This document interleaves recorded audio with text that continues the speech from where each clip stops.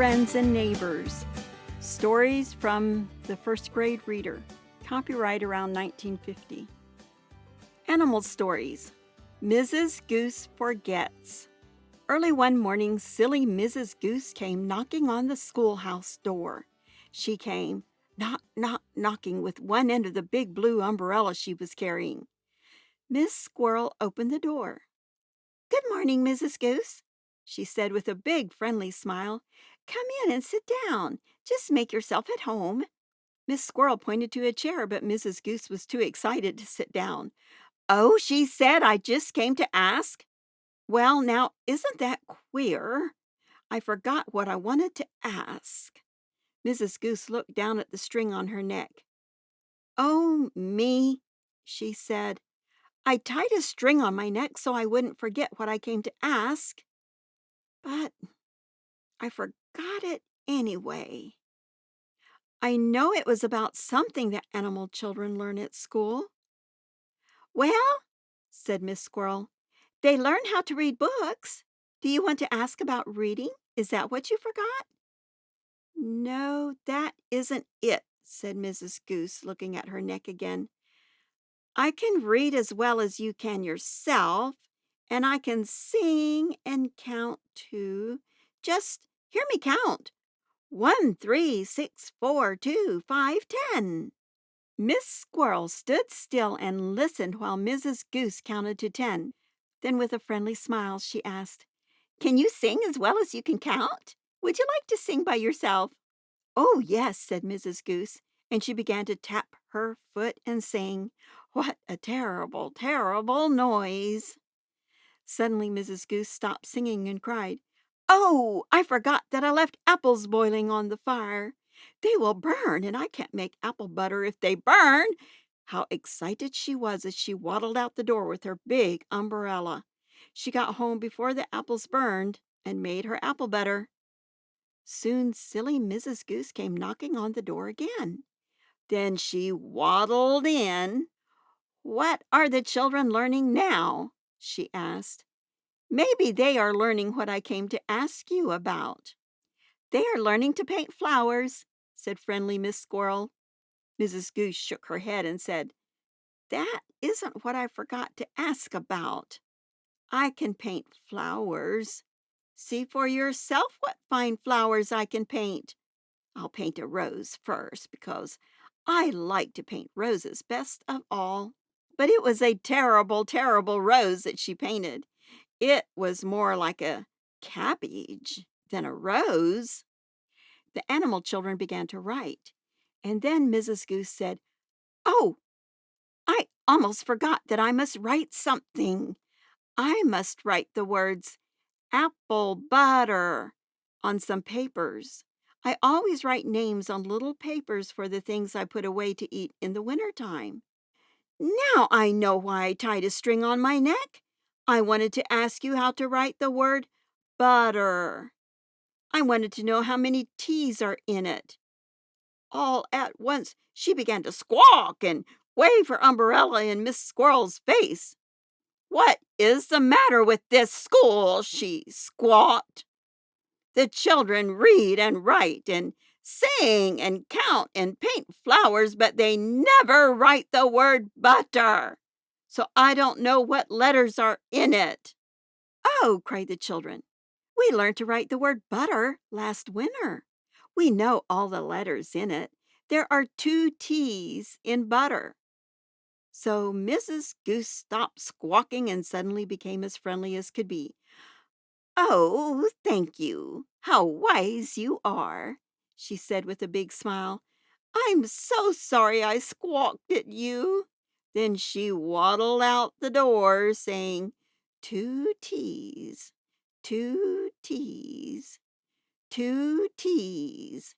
She hurried home and began to write apple butter as fast as she could. This time she did not forget. The end. The Little Engine. Once a farmer had some fine wheat.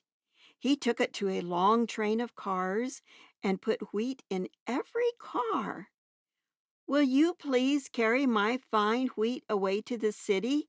he asked the cars, and they answered, "We will be glad to carry your wheat for you, but cars can't move alone. We need an engine to pull us, and we will need a very good engine to pull such a long train to the city. Please see if you can find one." So the farmer went to get an engine. "Oh," thought the farmer, "there are a few engines standing at the station. I'm sure I can get one of them to pull these bags of wheat. One engine has just 3 cars to pull. It doesn't have hard work to do at all, so I'm sure it will be very glad to carry these bags of wheat to the city." Then the farmer told the engine what he wanted, but that engine didn't like hard work. It liked easy work. Slowly, it started to pull away from the station, pulling the same short train of cars. As it went, it screamed back, "Toot, toot, toot, toot, toot, toot. I have easy work to do." So the farmer went to a bigger engine. It was the biggest engine of all. "You are such a fine engine," he said. "I am sure that you will carry my bags of wheat to the city. In the city, the wheat will be ground into flour. Then the flour can be made into bread, and all the people will have plenty of bread to eat this winter." But that engine surprised the farmer. It began to huff and puff as it called, "Huff, puff, huff, puff, huff, puff. Today I have worked enough." "Oh dear," said the sad, sad farmer. "Isn't there any engine that will carry my bags of wheat to be made into flour?" "Ding dong, ding dong, ding dong," called an engine. "I'll try to pull them up." Then the farmer saw a little engine. It was so little that the farmer said, "It won't be easy work for you to pull such a long train. Are you sure you can?" "Yes, I think I can," said the engine. "I've done hard work for many years. I'm not lazy, and I'll be glad to take your wheat to be made into flour." So the little engine began to pull. There was a high hill to climb, but the little engine wasn't afraid of that. It huffed and puffed harder and harder, and it started right up the hill. As it pulled, it sang, "I think I can, I think I can, I think I can." Slowly and surely it came to the top. Then it hurried down the other side. Faster and faster it ran down the hill. Now it was singing, "I thought I could, I thought I could, I thought I could, I thought I could." Soon the little engine's work was done. The train of wheat had come to the city. Then the wheat was ground into flour. The flour was made into bread. And so the people had plenty of bread that winter. The end. Legends. Why the bear has a short tail. Long ago, on a winter afternoon, a bear met an old fox who was carrying a string of fish on his back. "My," said the bear, "where did you get such a fine string of fish?" Now the fox was as sly could be. He didn't want the bear to know that he hadn't caught the fish himself. "Ha!" he said with a sly smile. "I caught them just a little while ago, and I'm thinking how good they will taste for supper. Why don't you catch some yourself?"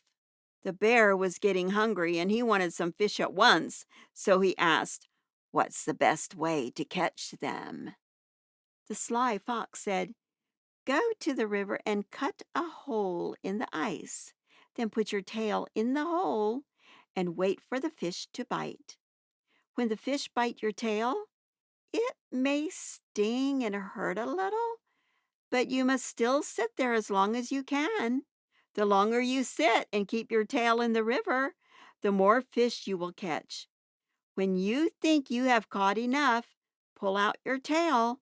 Give a hard pull and a strong pull, too. Now remember what I've told you." "Thanks, Brother Fox," said the bear. "It's a queer way to catch fish, but I'll do it, and I surely hope the fish will bite." "Ha, ha, ha!" laughed the sly old fox as the bear ran toward the river. The hungry bear soon reached the river and cut a hole in the ice wide enough for his tail. Then he sat down so that his tail hung down in the water. There in the cold river it hung while he waited for the fish to bite. He got colder and colder and colder. After a while his tail began to sting and hurt. It kept stinging and hurting, but the bear didn't get up because he believed the fish had started to bite. Late in the afternoon he thought that he had caught enough fish on his tail. Then he tried to stand up and pull out the fish he thought he had caught. But the bear couldn't stand up straight. The water in the hole had turned to ice, and the part of the bear's tail that hung in the river was caught fast. He was getting as angry as he could be when he remembered what the sly fox had told him. So he gave a hard pull and a strong pull, too.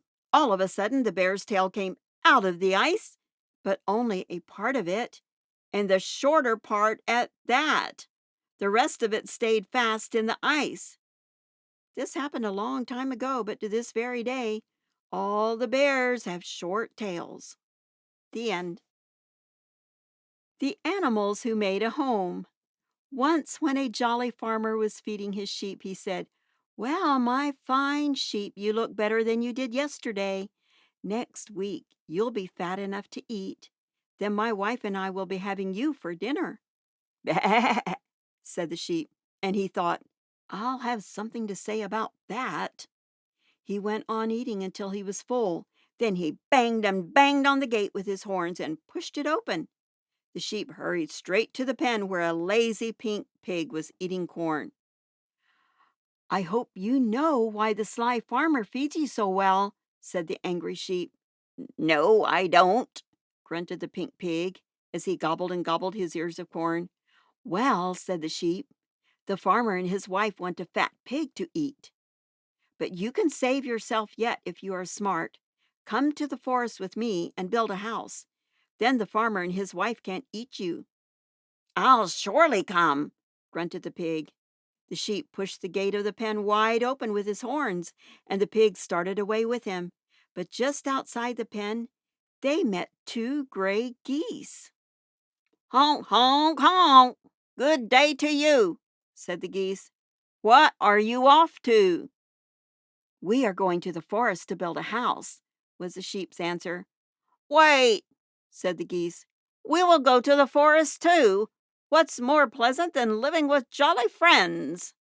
"Pooh, pooh," grunted the pink pig. "Everybody knows that geese are silly. You might build the house upside down. Can you cut boards and hammer them?"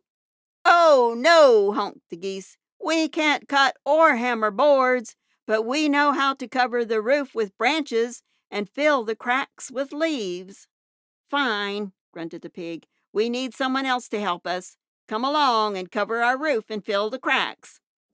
They all went on together until they saw a young rooster on a fence. "Ooh, ooh, ooh, ooh! Good day," said the rooster. "Where are you off to?" "We are going to the forest to build a house," answered the sheep. "Oh," said the rooster, "I hope you'll let me come and make my home with you. I've heard that a rooster crows loudest when he sleeps under his own roof." "Well," said the sheep, "will you help us cut down trees and hammer boards?" "Oh, pooh!" said the rooster. "A smart young cock like me wouldn't think of doing such heavy work. But I'll wake you early every morning with my very best and loudest crowing. Then you'll have plenty of time to work." "Come along," said the sheep. The rooster hopped down off the fence and went along with the other animals. Then these five strange friends went to the forest and began to build a house. The pig cut down tall trees and made wide, heavy boards, and then the sheep hammered them together. The geese covered the roof and filled the wide cracks, and the young rooster waked his friends early every morning with his loudest crowing. The animals were very happy when their house was done, but they didn't know that a big bad wolf lived in the forest with a brother wolf who was just as bad. "Ha!" said the first bad wolf. "I saw strange animals in the forest yesterday. I think I'll pay them a friendly visit." So he started out to the new house. But the 5 animals saw him coming. They knew how bad a wolf really is and were ready to drive him away. They opened the door wide and waited. Just as the wolf came through the door, the sheep's big horns knocked his legs right out from under him. The pig began to stamp on the wolf and rolled him outside the house. One goose reached up and began to bite his ear and his nose. The other goose pulled the hair from his neck and chin. While this was happening, the rooster gave his loudest and longest crows. Then that big bad old wolf was scared by the loudest and most terrible cries he had ever heard. The cries grew louder and louder. What a squawking and squealing and grunting and honking there was! Cock-a-doodle-doo! Cock-a-doodle-doo! Bah! Bah! Oof! Oof! Oof! Oof! Honk! Honk! Honk! At last the wolf got up and ran home as fast as his legs could carry him. He banged the gate shut behind him and ran up the path to the house. "Well," said the bad wolf's brother, "that was the shortest visit you ever made. What happened to you? I can hardly tell who you are. You have bites and bumps all over you. Part of one ear is torn, and you haven't a hair on your chinny chin chin. Didn't you visit our strange neighbors?" "Yes," cried the scared and angry wolf. "I went to visit our strange neighbors, but they were just as bad as they can be. The biggest one had great long horns in the middle of his head. They knocked me down and stamped on me, and they tried to gobble me up. 'Bite him,' they squawked and roared and squealed to each other." "Oh, brother," said the second wolf, "since we have such terrible neighbors, let's be wise and move away tonight." So the big bad wolf and his brother moved far away, and the 5 friends lived together in their home as happy as could be. The end.